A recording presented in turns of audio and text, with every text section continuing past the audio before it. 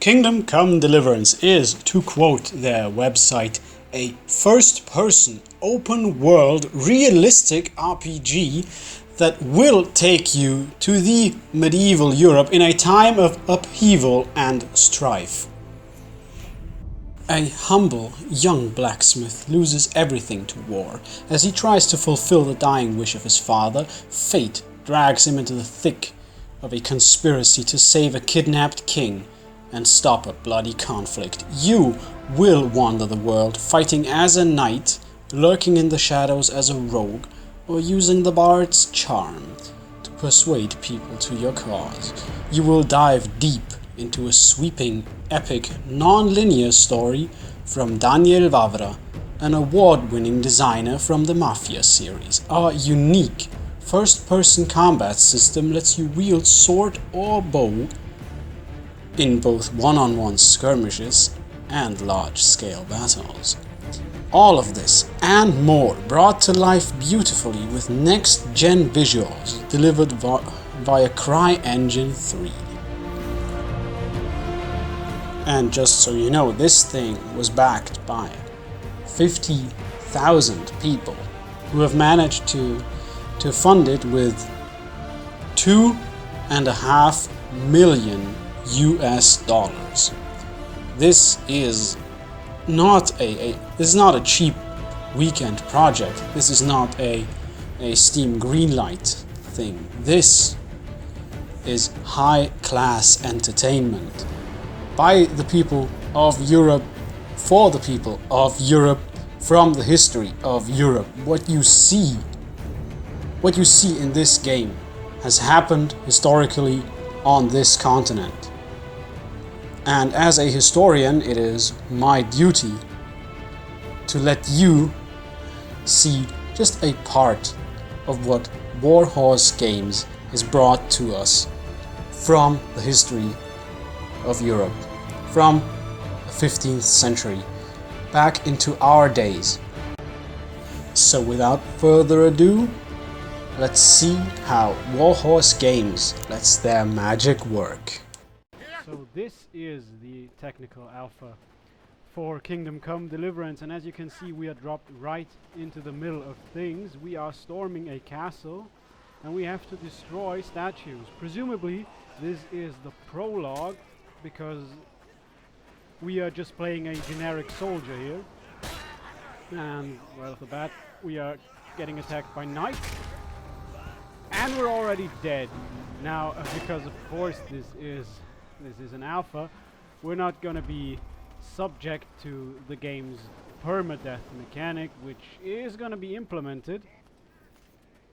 We're just gonna get spawned at the next objective, and as you can probably see, it's very medieval, it's very realistic. You can see here the famous Bohemian Sea, nowadays located in the Czech Republic.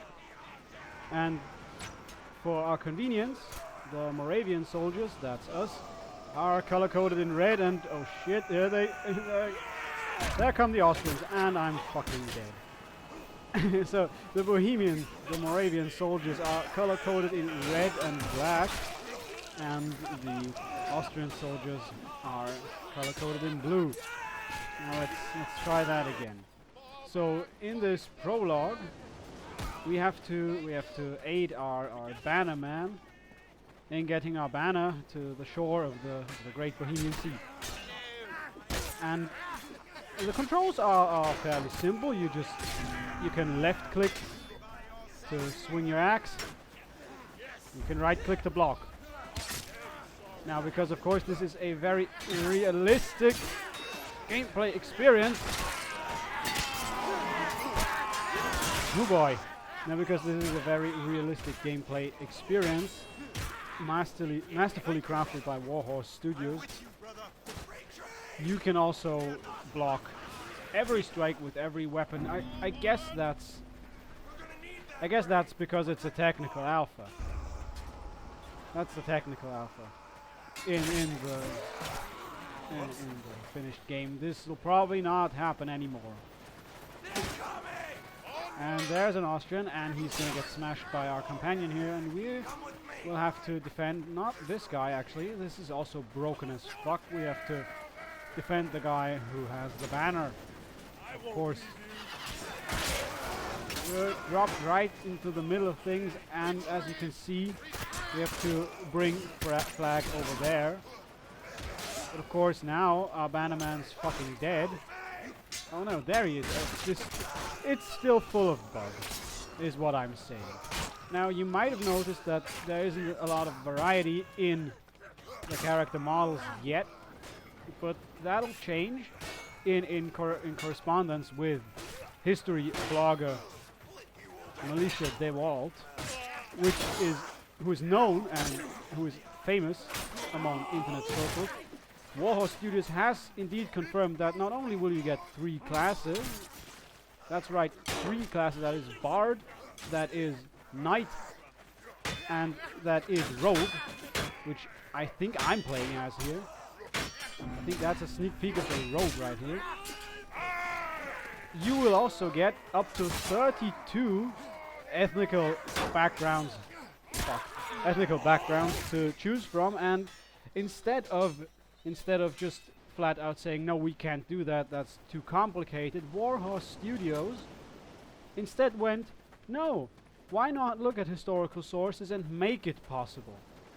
We should look at what would be possible. For instance, what is confirmed is that you can play as a Jewish refugee from Byzantium, and instead of going, no, that's impossible, that would never happen, instead Warhorse Games went and looked at sources from the historical times, that is, from the medieval texts in Greek from Byzantium, and figured out how to make this possible. And that just shows how great of a studio Warhorse Games is, because they don't just say, oh, that's too complicated, we could never do that, but they actually do that. And also look at this sick war cry.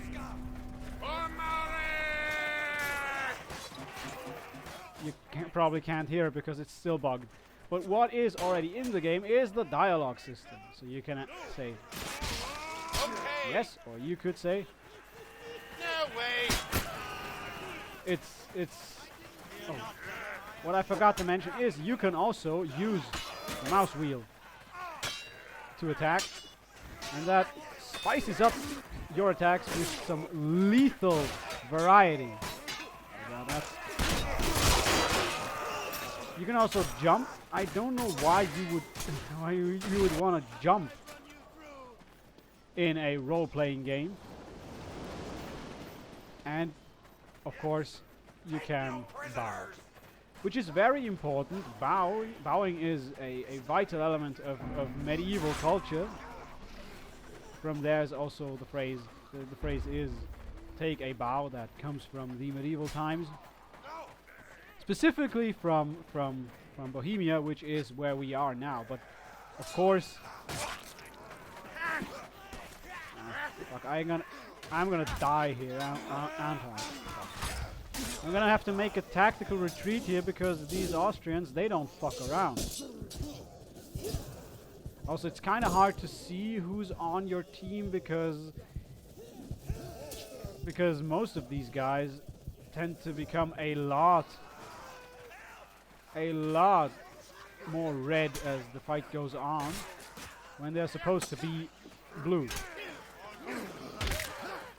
A bonus point, I think that's very good about this game is I've just forgotten. Never mind. Let's just focus on getting that flag down that there hill. We've got our escort, and there's a typical Bohemian dragon ship, which we are gonna board. Now, as a historian, I have to admit it's all very accurate. I've been to this house actually, that's up on the hill, and I can confirm it looks exactly like that.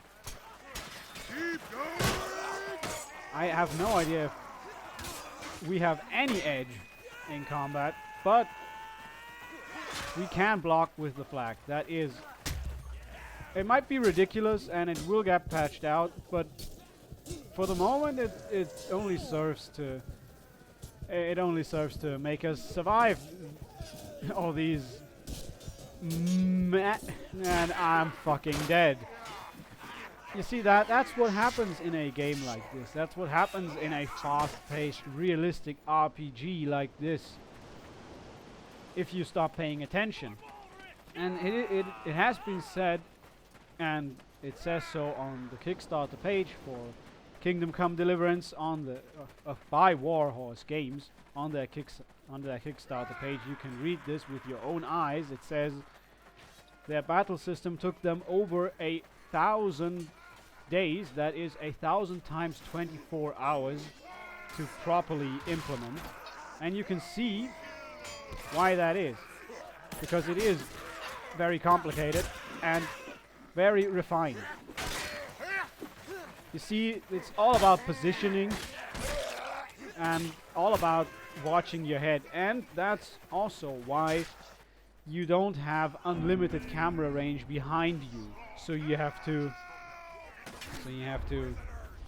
try again. You have to watch your footing, and also you have to rely on the menu command into battle. And basically that is what medieval times is all about.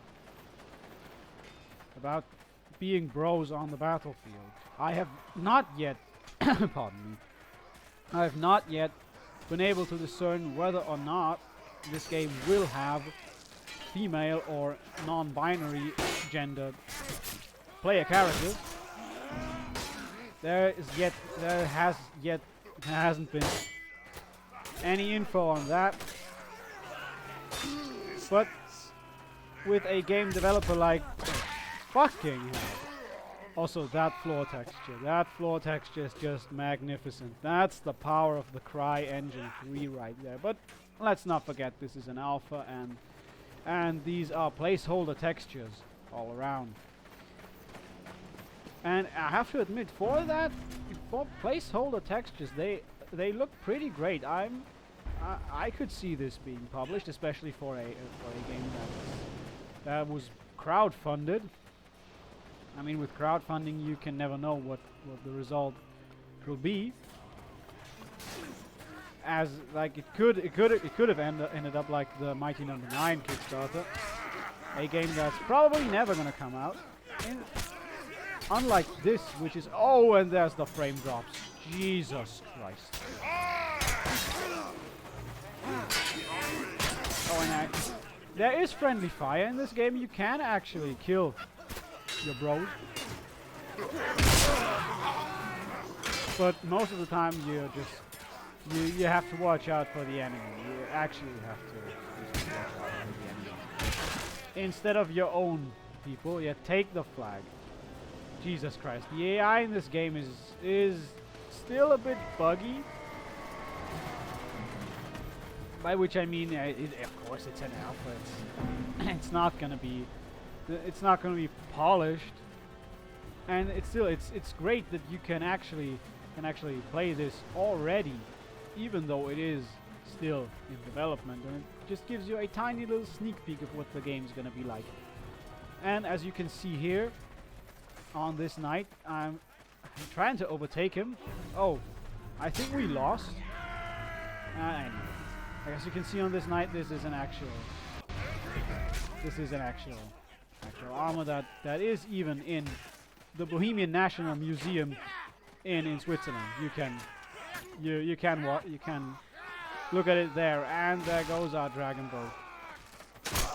We lost, and of course, because we lost, we get booted out of the game. So that's the technical alpha of Kingdom Come Deliverance, and I hope I've managed to give you an overview of a very, very good game that's very, very worth pledging your money to and worth. So what art thine knaves still waitingeth for? Goeth to yon Kickstarter page and pledgeth thine allegiance.